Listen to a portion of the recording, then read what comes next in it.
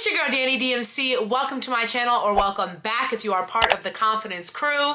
I'm so glad you guys are here today. It's your girl Dani DMC, always here as your big sis or little sis, whatever fits to make you feel safe, welcome, heard, seen. That is what I'm all about over here, baby. Putting on for the plus size community, other fat-bodied women, men, but also just humans. Anyone is welcome here. This is your home, okay?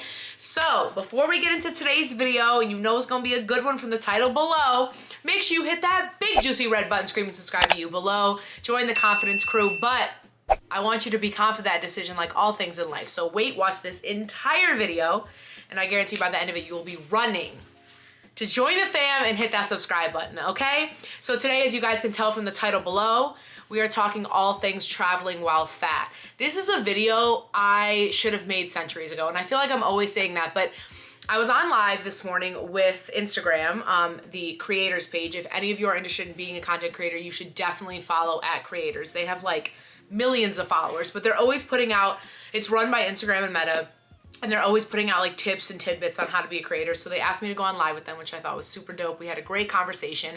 And one of the things I said in the live is that I get so much of my creativity from filling the voids and gaps that have been left there for or in the spaces of the plus size realm. Like there's so much that hasn't been talked about. There's so much that hasn't been done, that hasn't been seen when it comes to fat people and plus size bodies. So I'm just so grateful that I get to be that person, one of the many people that gets to be a leader and just like feed our community and put out information. And there's just so many topics to talk about. There's so much to cover. And this is one that is super important. And I felt really like urged and pushed to make this video because I just went on vacation with T-Bell. And I had, you know, I always have a fat while traveling experience or traveling while fat experience, but this was a real one. So I wanted to talk about that. I also am like a grade A traveler. I travel like crazy. So I have a ton of traveling tips for fat bodies, but also just for any person that travels. So this is gonna be a good one. Get your popcorn, get a drink, get comfy, and let's get into it. Traveling while fat with your girl, Dani DMC. Okay, so just to kick it off, to give you guys some background, I'm not saying anyone is more capable of talking about this topic than others, but I will say for me, I've been fat my entire life. And I do think that in the content creation spaces, we struggle with different things. You know, a lot of people became bigger when they got older, which like there's so much that they can talk about and speak about. But I do think that it's nice to hear from someone that has always been fat that can touch on things that have happened since like I was a kid. So when it comes to traveling while fat, the first time I ever got in an airplane, I was like 9 months old. I think my first trip ever with my parents was to Hawaii. And I'm just to give you guys some of my personal background, because I feel like I don't always share like a ton of personal tidbits about myself. My Nani, which is my great grandma, her and her husband Frank, they came over to America from Italy via Ellis Island, or via boat to Ellis Island. And so they kicked off our ancestral traveling. I'm sure that my ancestors in Italy traveled a lot because people in Italy, there's so many places, you know, Europe, everything is so close to one another. I also have a lot of family in Argentina, so I do know that my family traveled to Argentina. But my Mimi, she took over a travel agency. So my Mimi is my grandma, that's my dad's mom. She took over a traveling agency, so then she carried that kind of traveling legacy on, and her and my poppy traveled everywhere. I was just talking with my dad about it this morning. They traveled all over the world, all over the globe, and my poppy was handicapped. He had polio, so it was not easy, and people were not traveling like that back then, but they got major discounts and comps because she owned this traveling agency. And then they introduced, you know, the love of travel to my dad and took my dad all of these places. And then with my dad's career, as he got older, he traveled all over the globe. And my dad was telling me this morning that my Mimi and Poppy, they went places like people weren't going, like Russia and China, and took some really amazing trips. So then my dad introduced the love of travel to me and my sister, and my mom too. And my sister has lived all over. She has lived in Italy, she's lived in Ghana, Indonesia, India, Thailand. She's been all over, New Zealand. She's really been all over, and those are like her personal endeavors and journeys. But then as a family, we've been so many places. I also just have the travel bug. I have so much travel coming up too. I can't wait to take you guys on. I'll give you, I love to give a little sneak peek, so I'll give you guys some insider intel since you're watching this video. Next year, I'm going to Spain, Amsterdam, London, Switzerland, Italy, and I feel like I'm missing something, but like that's a lot. It's my 30th year, my 30th birthday. So I'm doing it big, but I'm gonna take you guys on all of them and obviously show you all my fashion for them and just, talk about all of that. Really get you guys so you can travel with me. I think one of the beautiful things about YouTube is like bringing you along on things that you might necessarily not have access to or be able to, because you have work or school or kids or, whatever the case may be. It's also extremely expensive, especially to travel to Europe. And I'm finally at the place in my career where I like feel comfortable spending that amount of money to get over there. So yeah, so I'm so excited for all the travel to come, and I just wanted to give you guys some background. For me, I've been to about 35 countries. So I am a pro traveler, and I have so much information I can share with you, and I really want to highlight traveling while fat today and my experiences with that. So the first thing is that fitting in places. I feel like that's the biggest struggle and thing that sucks the most when it comes to traveling for me personally. Not even just on the plane itself, but like the seats in the airport. Some of them, anything that's been updated and new, honestly, is really good. But any of like the old chairs, they're so uncomfortable. They dig in your sides. A couple countries I've been to, I've had horrible issues with. So Thailand, Cambodia, I like could not find seats that fit me. And at the time I was about 100 pounds heavier than I am now. But even now, I don't think I would like have luck. There were some restaurants where my sister would like get me a bench to sit on because I could not fit in the chairs. And I kind of have this joke too on my Instagram, like I post like fat phobic chairs, kind of, making some light to the fact that a lot of people don't think about fat bodies when they furnish homes, when they furnish restaurants, when they furnish airports. And my mom is always thinking about me, like when she furnishes her homes, she's an interior designer. She always makes sure she'll have me like go to a store and sit in a chair to make sure I can fit in it and I'm comfortable. And I just wish that people would expand their minds a bit more to think about that, and especially airports and airlines. And it could be so much better. And I just feel like it's not that hard. So here's my experience. I personally love Delta. I am a huge Delta stan. And I have the highest status you can have with Delta. I'm a Diamond Medallion member. And another travel tip I'll give anyone, no matter what size you are, is I would pick an airline that you love and that you see has like a new and modern feel to it. That's how I feel about Delta. I feel like their planes are incredibly new. I feel like they're winning. I feel like they're in the up direction, but they're just gonna keep going. They're a very successful airline, and overseas they have phenomenal accommodations. Their sky lounges are incredible. So I was like, okay, I wanna get my mileage up here. So just make sure when you are traveling, whatever airline you choose, that you you get like a number for that airline and use it every time you book. No matter if you're using Hopper, Expedia, whatever, you can always type in your number. So make sure you do that so you rack up points, because let me tell you, T-Bell and I, we just went to Costa Rica, and that's really what inspired me to make this video.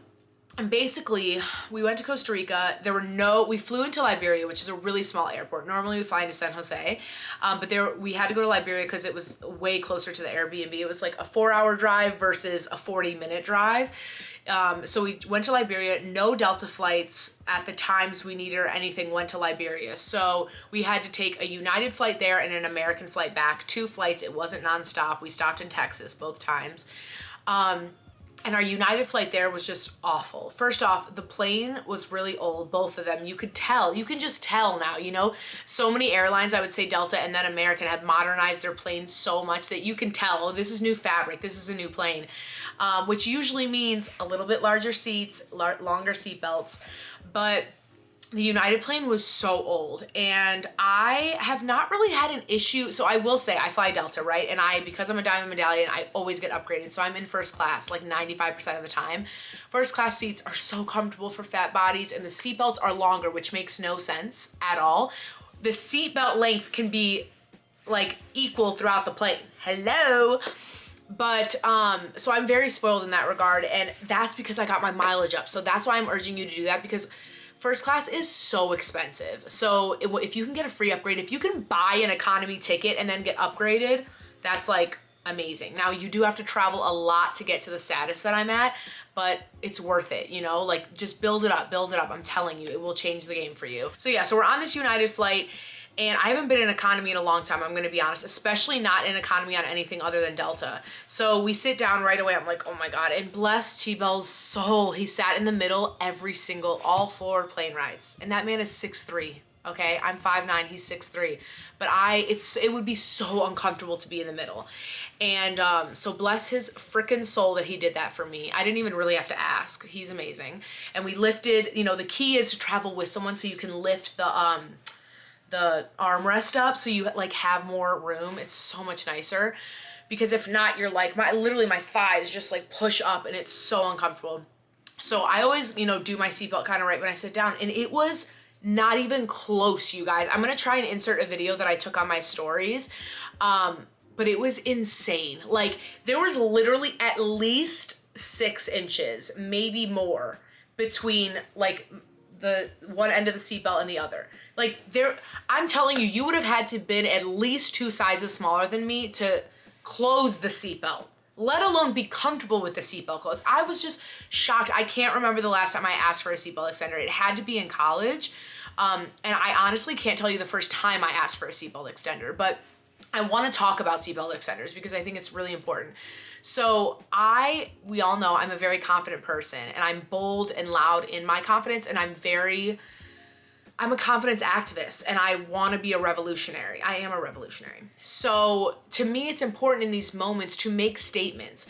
I feel like people get uncomfortable when it comes to seatbelt extenders, which being a fat person getting uncomfortable, I understand. Being on the other side and being uncomfortable makes no sense to me, because like for me, I always say loud and proud, excuse me, can I have a seatbelt extender? Like I say it loud because 1, I want you to know I am not embarrassed of my fat body. I am proud of my body. And 2, you should be embarrassed that you are a part of an airline that cannot provide for a body like mine, or let alone a body bigger than mine. So I always say it loud, and every single time the person gets embarrassed, what are they called?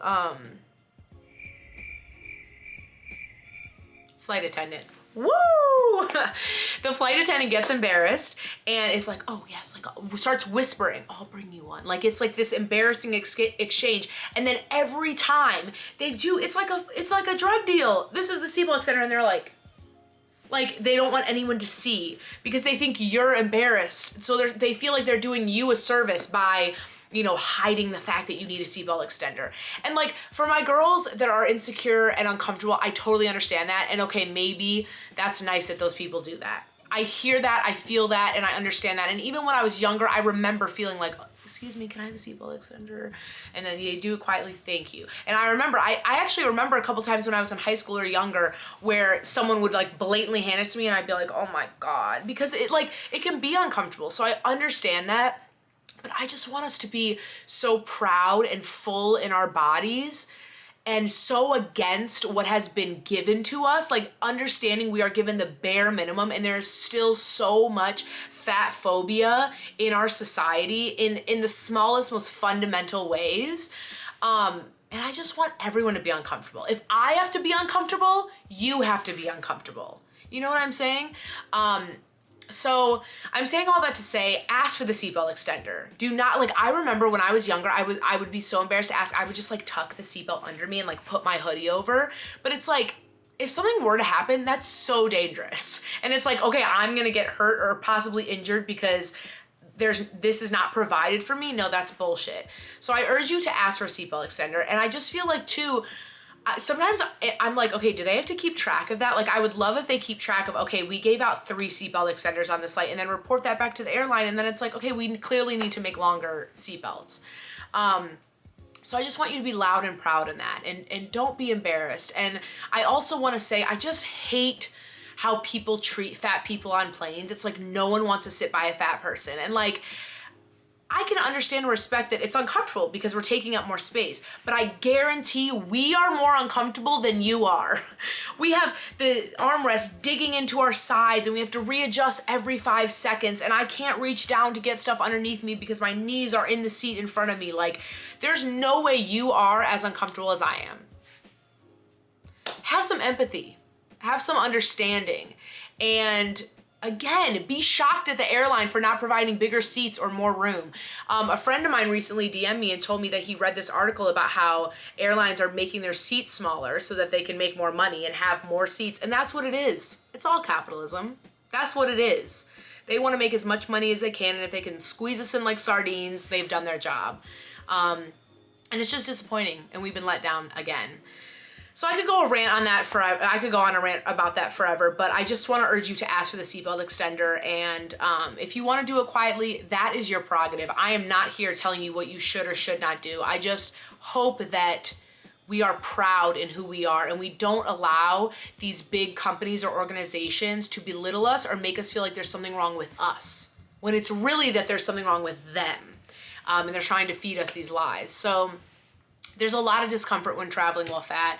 I think it needs to be acknowledged and talked about. And I think we need to talk about it amongst each other too, and know like, hey, we're in this together. Like, I see you, I understand you, I feel you. And this has been going on for so long, we start to feel like it's normal, you know? Like I said, I can't even remember the first time I asked for a seatbelt extender, like, or how I even knew there were seatbelt extenders.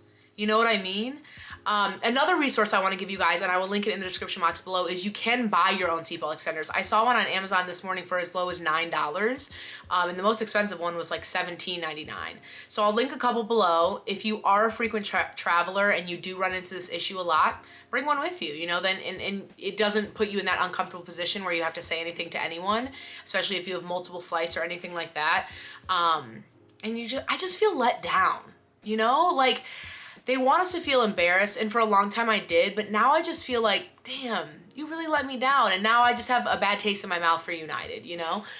So my flight back on American Airlines, I sat down, the seat was a bit more comfortable, it was a much newer plane, and right away I asked the flight attendant, hey, can I have a seatbelt extender? She got a little uncomfortable. She was like, sure, and she forgot about me for like 30 minutes and came over and was like, oh, sorry, I just remembered.